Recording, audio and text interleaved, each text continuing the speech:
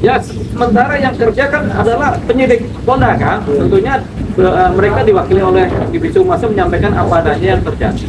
Jadi kalau kalau yang menyampaikan adalah Divisi Humas, ya kita harus mendengarkan apa yang mereka sampaikan. Jadi ini kan persoalannya adalah perpanjangan masa penahanan. Apakah boleh dalam hukum setelah 20 hari, tambah 40 hari, kemudian tambah lagi 30 hari, kemudian masa penahanan ini kita diperpanjang dengan mail ya? Apakah boleh? Jawabannya boleh. Panjang apa? Panjang memenuhi apa yang diatur oleh Undang-Undang KUHP. Nah, ini kan diatur dalam KUHP, yaitu karena ancaman hukuman dari pasal TPPU di atas 9 tahun penjara ke atas, maka KUHP mengecualikan masa penahanan dari 20 plus 40 menjadi 20 plus 40 plus 60 sebenarnya. Tapi dari 60 ini dibagi dua, 30 dan 30. Jadi 20, 40, 30, 30. Ini 30 yang pertama perpanjang masa penahanan berdasarkan KUHP. Pengecualian kenapa? Karena ancaman hukumannya di atas 9 tahun. Itu boleh. Gitu. Berarti kan 120 hari lah kalau kita total ya Bang? Iya. 4, 33 ya, Iya. Februari. Pernah nggak sih Bang terjadi untuk hal di mana memang sepanjang itu tidak ketika ada pendalaman, begitu tidak ada, itu memang pada akhirnya dibebaskan? Jarang sekali terjadi. Karena biasanya kalau seseorang sudah ditahan, itu artinya sudah ada 2 alat bukti yang cukup dan saksi, sehingga dia ditahan.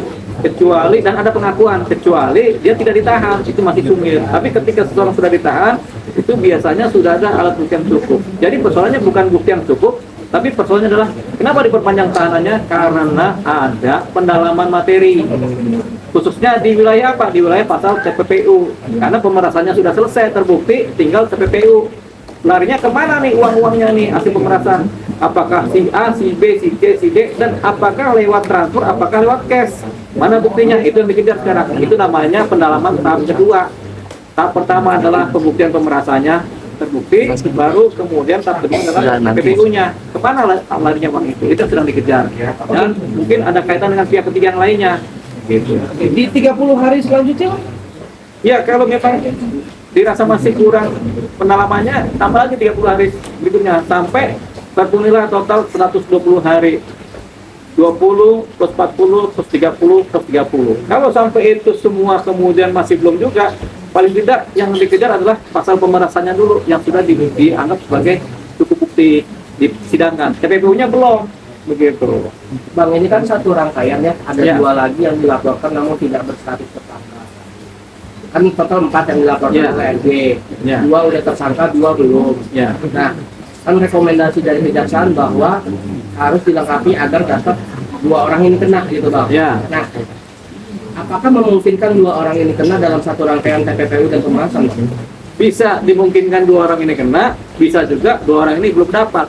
Tapi kalau 2 orang ini belum dapat, bukan berarti perkaranya kemudian nggak bisa dijalankan, disidangkan. Perkaranya tetap dijalankan, tapi 2 orang yang sekarang tersangka ini langsung yang diproses lebih dahulu. 2 orang lainnya nanti sampai dapat bukti yang lebih lengkap lagi. Itu dia. Jadi ini walaupun satu rangkaian, belum tentu semuanya langsung satu paket dipersidangkan. Bisa jadi bertahap. Seringkali Bang 2 itu tidak ditersangkakan Bang? karena persoalan alat bukti yang pertama dan saksi, pasti itu saja persoalannya, pasti pembuktian dan saksi, sehingga persoalan mereka masih sumir, masih abu-abu, belum bisa diputus ya tidaknya pembuktiannya.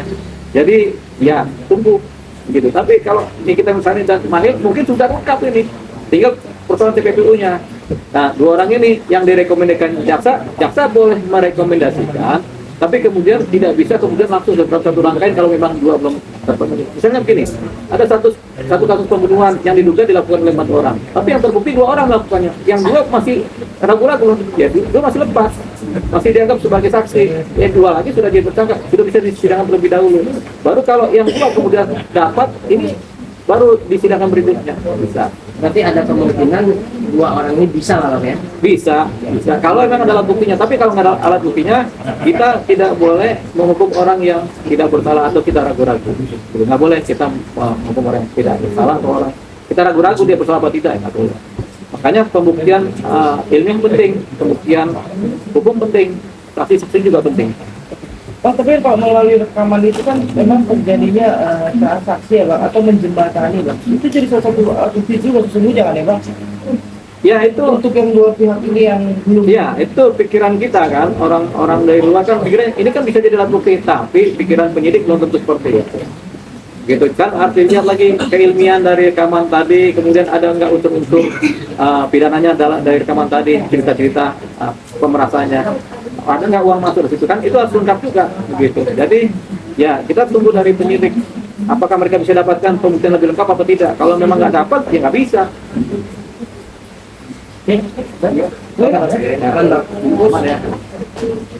Berarti sekali lagi bang, sorry bang, maaf penegasan bang, bahwa memang jarang sekali terjadi setelah melewati 120 hari untuk bebas ya bang, itu jarang ya bang? Jarang. Even sekalipun dua orang ini tidak ikut Ya, terseret. ya pasti lebih dahulu yang dua tersangka tadi yang sudah ada pembuktian di persoalan pemerasannya. Itu yang disidangkan lebih dulu, yang dua orang lagi ya nanti tahap kedua menyusul, namanya kloter berikutnya. Dan itu pembuktian persidangan nanti gitu ya bang? Oh iya, kalau di persidangan tadi ternyata mereka dikuatkan ada mengaku, mereka bisa kena.